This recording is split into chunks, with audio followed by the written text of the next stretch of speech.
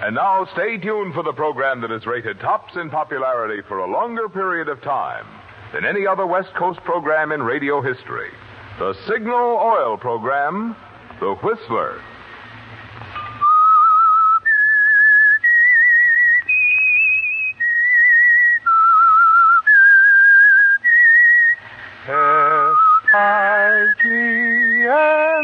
S-I-G-N-A-L. Signal gasoline. Signal, the famous Go Farther gasoline, invites you to sit back and enjoy another strange story by The Whistler. For extra driving pleasure, the signal to look for is the yellow and black circle sign that identifies signal service stations from Canada to Mexico. And for Sunday evening listening pleasure, the signal to listen for is this whistle that identifies the Signal Oil program, The Whistler.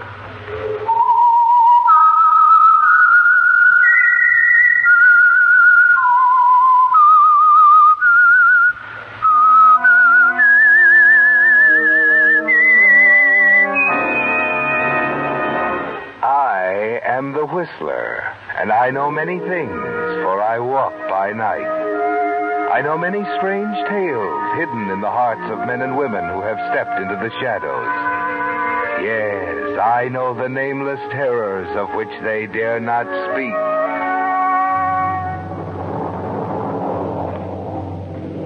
And now for the Signal Oil Company, the Whistler's strange story, The Lady in the Snow.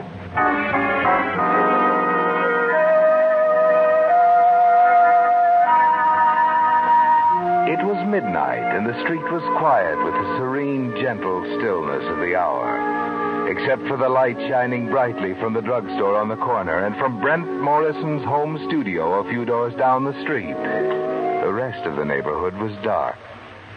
Inside the studio, Brent Morrison, well-known commercial artist, was working feverishly on an advertising layout with his assistant, Elaine Nelson. Suddenly, Brent stopped, put his pen aside, leaned back, and lit a cigarette. Well, Elaine, won't be long now. Just about finished. Looks good, doesn't it? Mm-hmm. That's going to be the best double-page ad that's ever been placed between two magazine covers. Your idea of doing it with cartoons was terribly clever. Well, thanks. You know, Brent, you've got a style all your own. No other commercial artist can match it. Thanks again. I hope working late tonight didn't interrupt any plans. No. Joe and I didn't have anything planned. Good. How is Joe, by the way? Oh, just the same as ever. Lost another job last week. Oh, I'm sorry. Yeah, I'm used to it. Let's get back to work, shall we? Okay. If you'll color the sketch here while... I wonder who that could be at this hour. Better answer, it might be a client. Brent, wait. If that should be Joe asking for me, would you tell him I'm not here, that I'm on my way home? But Elaine... Please, Brent, it's important to me. I'll explain later. Well, all right. Hello? Mrs. Morrison, this is Joe. Joe Nelson. Oh, yes, Is my wife there? Well, no, she isn't. She left some time ago. Ought to be home any minute. Oh. Okay. Thanks, Mr. Morrison. Thanks, Brent. Look, Elaine, what goes here? Why did you ask? Oh, it's nothing, really. Well, you'd better tell me. It could be I just put myself in quite a spot. Well, the last time I worked late with you, Joe didn't like it. We had quite an argument. Well, why didn't you tell me he was suspicious? Because I was afraid you'd be annoyed, get someone else to work with you. With Joe out of a job, earning a living's up to me. Well, I'd have been glad to make some special arrangement. We could have worked at your place. I'm sorry, Joe. I'm so lonely, and Joe is so difficult. He finds fault with everything I do. Oh, now, Elaine. Elaine.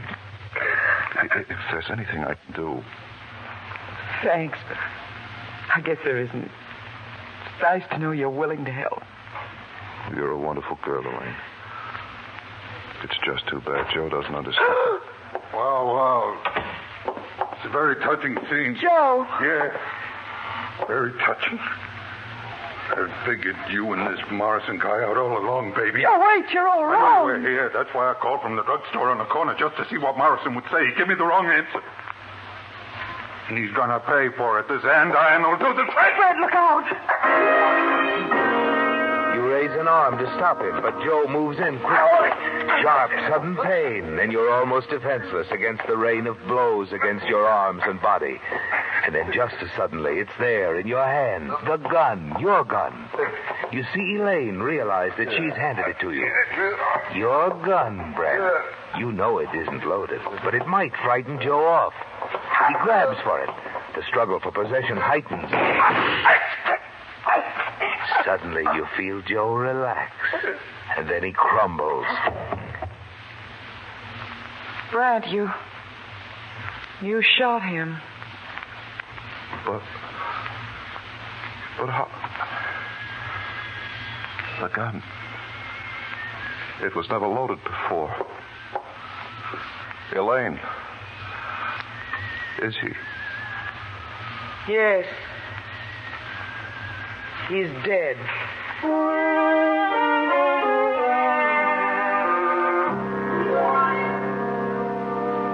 You look down at Joe's lifeless form, and as the gun in your hand clatters to the floor, you wonder how it ever could have been loaded.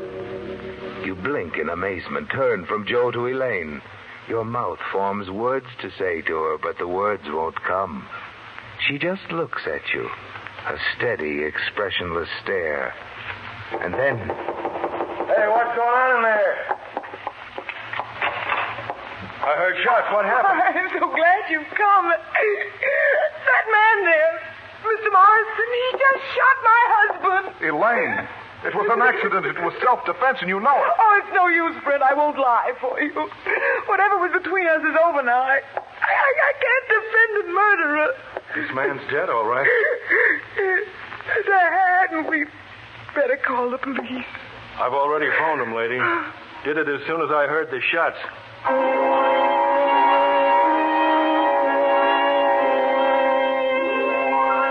It's like some horrible nightmare, isn't it, Brent?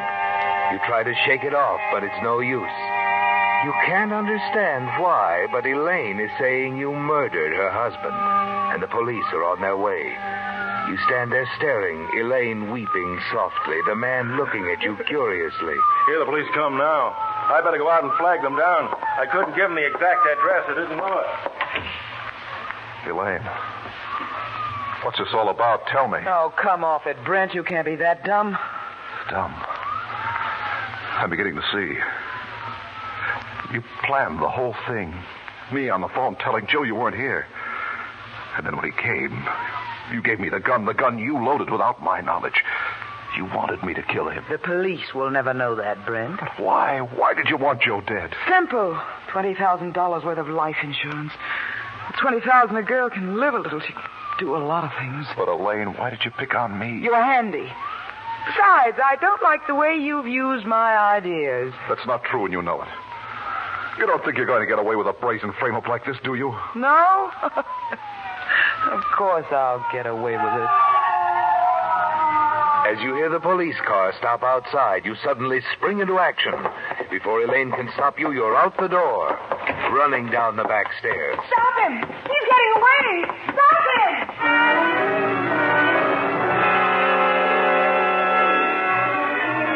You race down the back alley to your car, then speed away into the night.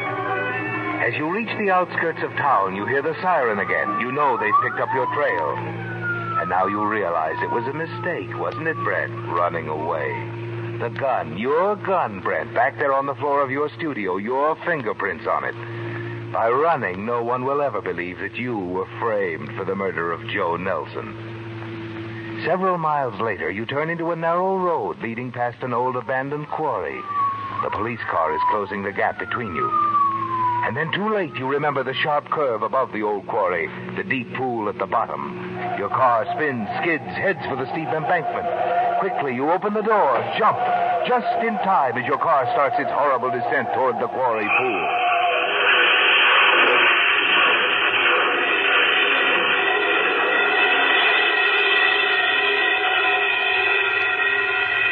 For a minute, a black curtain shuts out everything. And then it's gone. And you find yourself lying in a clump of bushes. Over here, Bill. Below, you hear voices. Yeah, you sure picked the wrong You turn. crawl to the ledge, look down, see the two policemen. You sure took a tumble. Yeah, and that pool of water is at least 50 feet deep. Never get him out of there alive. That's a cinch. Well, maybe it's a break for him. It was this or the gas chamber.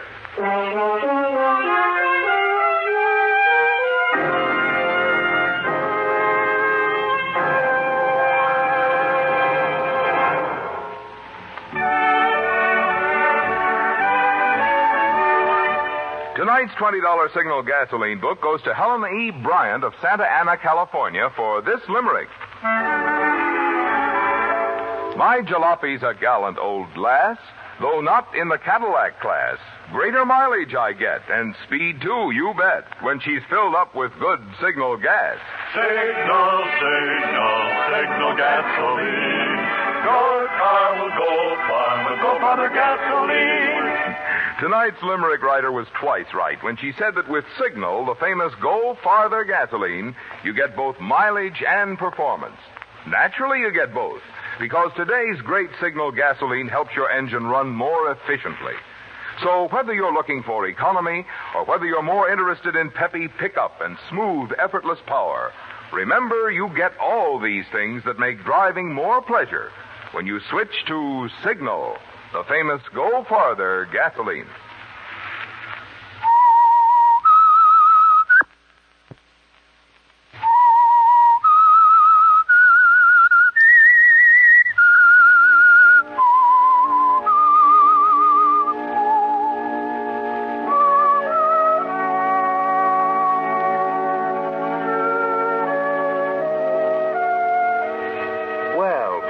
Elaine schemed to frame you for her husband's murder worked, didn't it? You had to get away fast, and in the police chase following your flight from the house, your car crashed over a steep embankment into an abandoned quarry pool. By a miracle, you had managed to jump clear of the car and remained in hiding while the police were at the scene. They believed you went down with the automobile. So now you're free. Until they pull the car out, discover you're not in it. You manage to stagger back to the road, hail a ride in a passing truck.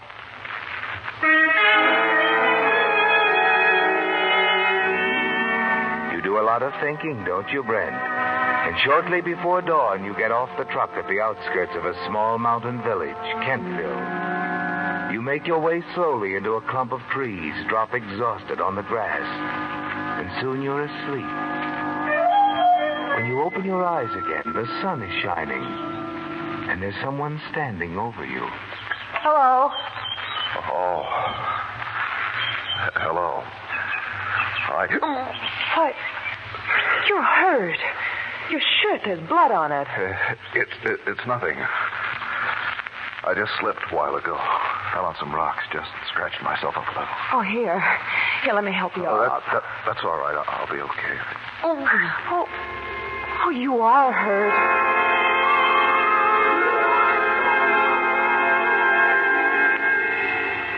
Hello. Feeling better now? Yeah, I guess so. We didn't get around to introductions. I'm Claire Lawton. This is Dr. Matthews. He helped bring you here to my house. Hello, son. What's your name? It's Webb, Roy Webb. Good thing Claire found you, Mr. Webb, and called me. You were pretty badly banged up. You'll be okay. Just what did happen, Mr. Webb? What happened? Yes. I'm curious. Well, I'm not sure. You can't tell them the truth, can you, Brent? So you tell them you can't remember, that you must have suffered a brief lapse of memory. You explain you've had similar attacks before, that you can remember some things, your identity, but you can't remember others. You're relieved when Dr. Matthews seemed to accept your story.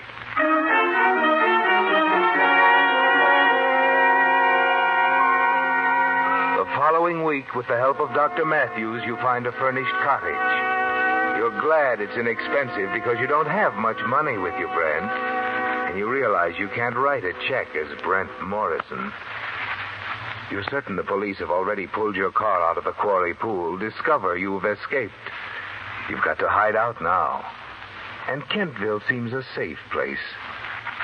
A few nights later, Dr. Matthews drops in to see you. Feeling better, son? Much better, Doctor. Your memory improving? Well, no, can't say that it is. It's very strange. Look, son, you'd better quit stalling. Stalling? You haven't amnesia. You didn't have amnesia the day Claire found you. You didn't betray the slightest symptoms. Oh, I see. Then why did you let me... Because you were pretty badly hurt, suffering from shock. And you seemed like a nice young man. Now I want the truth. Who are you? And what are you doing here in Kentville? Now you know, Brent. Your story didn't fool Dr. Matthews for a second. And you're faced with a vital decision. You make up your mind quickly. Tell him as much as you dare that you've been framed, involved in a scandal affecting your future. But you don't mention names or the death of Joe Nelson. Why, sounds fantastic. You're not making this up, son. What I've told you is the truth, Doctor. All right, I believe you. So you want to stay on here. Maybe need time to think things out, eh? Yes. That's what I want. I need time to think things out.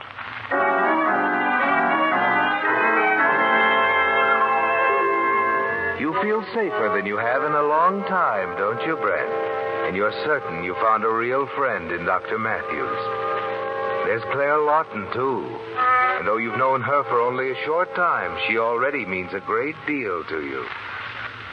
The following evening, as the two of you return from a movie, you decide to tell her not only the things you've already told Dr. Matthews, but the whole story. There it is, Claire. The whole story. Thanks, Brent. Thanks for telling me. I was really worried about you, not knowing where you came from, what you'd done. You mean my situation doesn't upset you? Of course it does. But it'll work out. It has to. Anybody who knew you at all would know you couldn't kill anyone. Thanks, Claire. Your belief in me means more to me than you know. I was afraid you'd forgotten things like... Well, like... Like what, Claire? Like you might be married.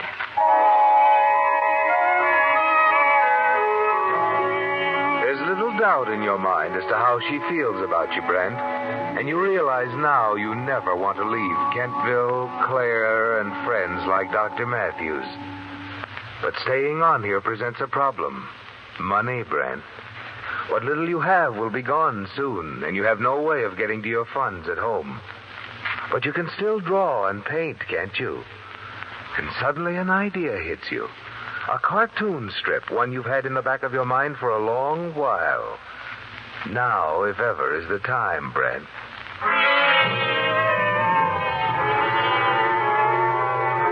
You work feverishly, disguising your style as much as possible. Then, using your new name, Roy Webb, you send the results to a newspaper syndicate in New York. When you receive their reply, a contract, it's even better than you'd hoped. Claire is elated. And as the months pass, you spend more and more time together. You've a bank account now. The citizens of Kentville have accepted you as one of their own. And you wonder if you can't spend the rest of your days here as Roy Webb, cartoonist. And then one evening, as you return to your cottage... Hello, Brent. Elaine. Or shall I call you Roy? Roy Webb. You should have known I'd spot your comic strip, trace you through the syndicate. All right. So you found me. What are you going to do? Turn me in? That depends on you. Joe's insurance money didn't last long, but it was nice while it lasted. I hate to work, you know. I won't have to go back to work, will I? Blackmail, huh? First a frame for murder and now black. I'll make it very easy on you, Brent. $300 a month. That's impossible. Oh, no, it isn't. You forget I know a little about the money in cartoons. I'd like the first payment in a few days. Now, look, Elaine. By the way, I've a new name, too. It's Helen Walsh. You'll have the money by Saturday. Won't you, darling? All right. I'll have it. Fine. I'll be staying here in Kentville for a while. Matter of fact, I rented a small cottage up on the hill. We'll be seeing quite a bit of each other from now on. Won't we, Brent?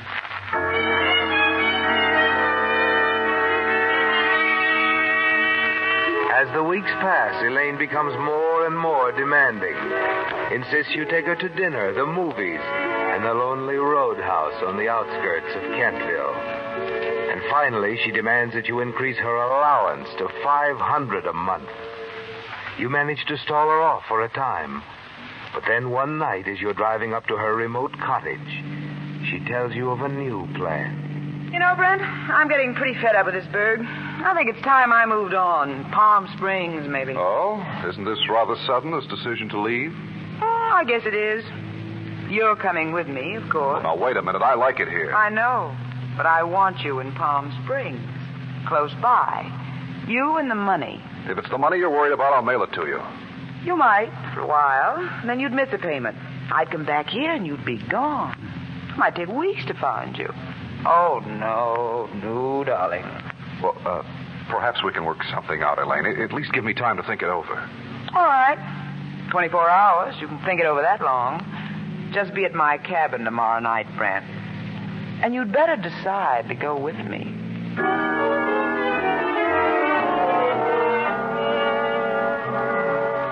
You hadn't planned on this, had you, Brent? The idea of Elaine leaving Kentville seemed like a very good one to you.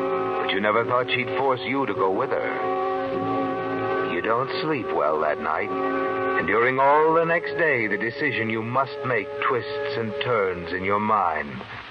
Finally, you're on your way to Elaine's cottage again. The light snow that started falling in the afternoon has become thicker, and the narrow road leading up to the cabin is more treacherous than usual. You drive slowly, with great care. And when you arrive at the cabin, Elaine is pleased with your decision. Yes, I'll go with you, Elaine. Fine. I'm all packed. We can leave tonight. Tonight? Oh, now, look, I can't go tonight. I'll have to close up the cottage, settle some bills in the village. All right. In the morning, then. What's your hurry, anyway? Just want to get out of this iceberg, that's all. It's getting colder every minute. Yeah, there's a pretty bad storm going, too. I'd better start now while I can still make Now, it. before you go, close that window, will you? I'm freezing.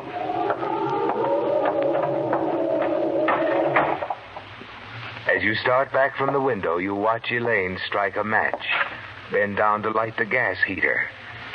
She straightens up, stands there warming herself. Not much of a heater, but it'll have to do. Anything else? No, just close the door on your way out. I'm going to get some sleep. See you in the morning.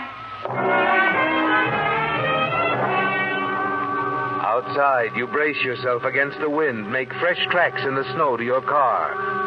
And then suddenly you stop.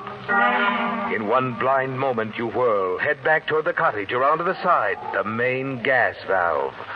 Quickly, you turn it off.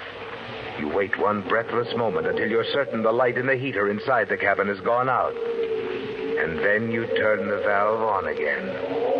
Elaine will be in bed soon. And the heater in the front room will pour forth deadly gas fumes all the rest of the night.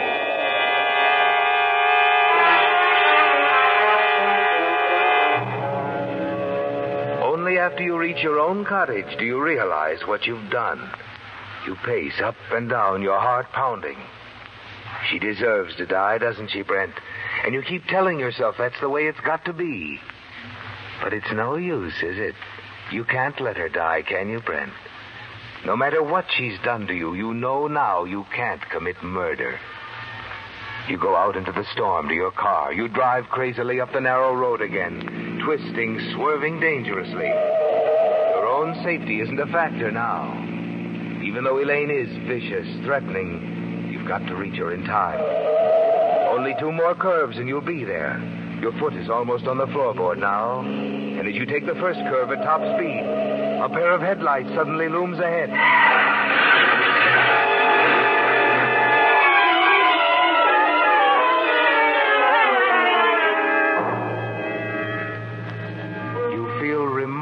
detached, Brent. And when you open your eyes, the blur before them clears slowly. It's morning. You stare at the ceiling above you, then down the walls to the bed in which you lie. And there, standing at the foot of the bed, is Claire. Hello, darling. Claire. Where am I? You're all right, Brent. There was an accident. You're in the hospital. Accident. That's right, Morrison. Who are you? Lieutenant Taylor, Los Angeles Homicide. We've been looking for you for a long time, Morrison. Yes, I guess so. But wait a minute. Claire, the cabin, Elaine Nelson, I was on my way up Elaine there. Nelson. There's nothing you can do for her. Elaine Nelson's dead, Morrison.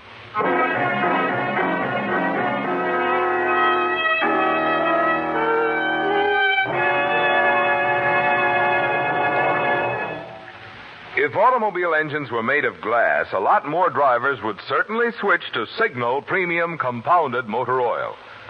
Through the glass, you would actually see how the scientific compounds in this extra-duty Signal oil help to keep wear down and performance up.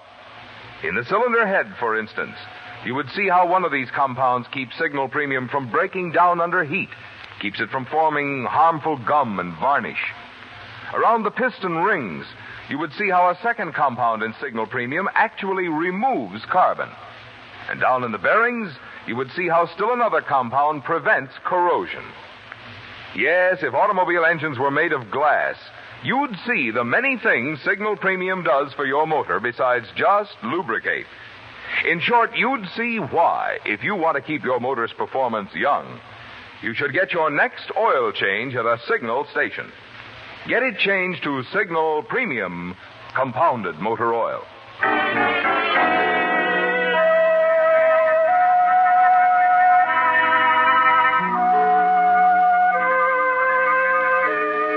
It's all over, isn't it, Brent? You know you were too late. The accident on the road to Elaine's cabin prevented you from reaching it in time to shut off the gas.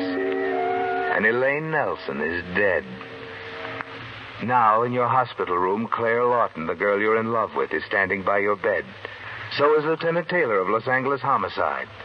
And you're certain he knows that you're responsible for Elaine's death. There's nothing else for you to do now except tell him the whole story.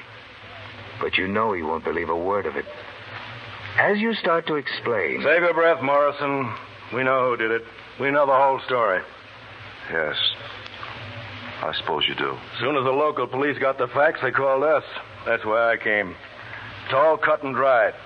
We've got the gun Elaine Nelson was killed with. The gun? I thought it was... Darling, Elaine Nelson was found in the snow several hundred yards away from her cabin last night. She'd been shot to death. Shot to death? She was trying to get away when he caught her. Killed her. He? Who are you talking about? Elaine's ex-boyfriend. She ran out on him after she'd collected her husband's insurance money. He got sore, started looking for him. Her boyfriend? Nick Devens, the guy who ran into your studio the night Joe Nelson was shot. The guy who called the police. But I don't get it. You really caught him for us, Morrison.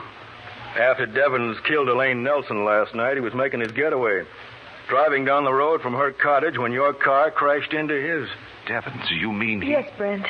He was driving the other car. Wasn't hurt seriously. He'll live to die in the gas chamber. We know now, Morrison, that Devens and Elaine Nelson framed you for her husband's murder the night he was killed in your studio. Devens confessed the whole thing. He did. Yes, darling. Everything's going to be all right for us, after all.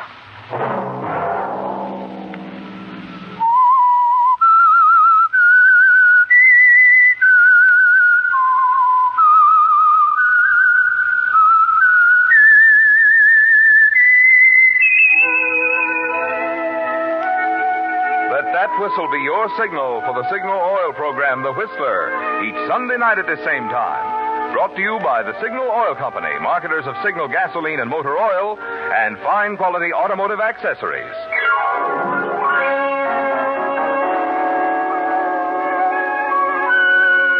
Featured in tonight's story were Hy Averback and Betty Lou Gerson. The Whistler was produced and directed by George W. Allen, with story by Nancy Cleveland, music by Wilbur Hatch, and was transmitted to our troops overseas by the Armed Forces Radio Service. The Whistler is entirely fictional, and all characters portrayed on The Whistler are also fictional. Any similarity of names or resemblance to persons living or dead is purely coincidental. Remember at this same time next Sunday, another strange tale by The Whistler.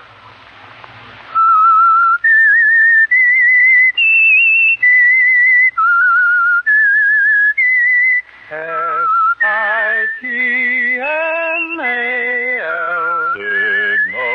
Signal gasoline. Marvin Miller speaking for the Signal Oil Company. This is CBS, the Columbia Broadcasting System.